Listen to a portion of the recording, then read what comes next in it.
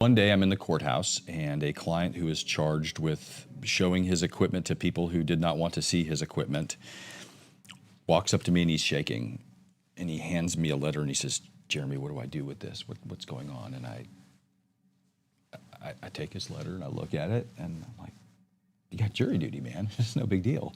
Okay. He said, "Well, what do I do? What do I do?" It's easy, nothing, man. Okay, so here's what's going to happen. You're going to go to the central jury room and you might not even make it to the courtroom. And if you get to the courtroom, you just don't say anything. You raise your hand. You say, "I want to talk to the judge," just privately. And then you just tell them what's going on. All these lawyers, the judge, they care about the case that they're dealing with that day. Nobody cares about you, okay? This lawyer here wants to win his case, and this other lawyer here wants to win their case, and they'll cut you loose. You'll be out of there in no time, whatever. Oh, okay. 3 weeks later, 4 weeks later, I go to court, completely different case, and I'm just kind of getting some paperwork signed by a particular judge. And I walk in and there's a pretty serious trial going on.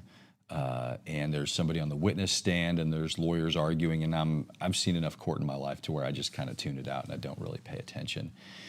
And I'm doing work, I'm doing some paperwork and I'm filling some stuff out. Or maybe, probably I'm on my phone, whatever, right? I'm looking down and looking up, and then I look over in the jury box, and there he is. He's juror number 7. And I'm like, what the fuck is this? And I just, okay, and I get up and I walk out. And a week later or so, the lawyer who was trying the case comes up to me and says, "Jeremy, did you know your client was on the jury?"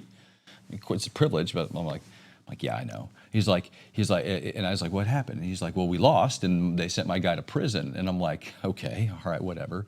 So I see my client again for his next court date. And I'm like, "What the fuck was that?" I'm like, "And I don't care that you made the jury. Why did you convict somebody?" I'm like, "If you haven't noticed, the people trying to put you in a cage are on the other side there, and this was your chance to stick it to them. Why didn't you fucking do that?"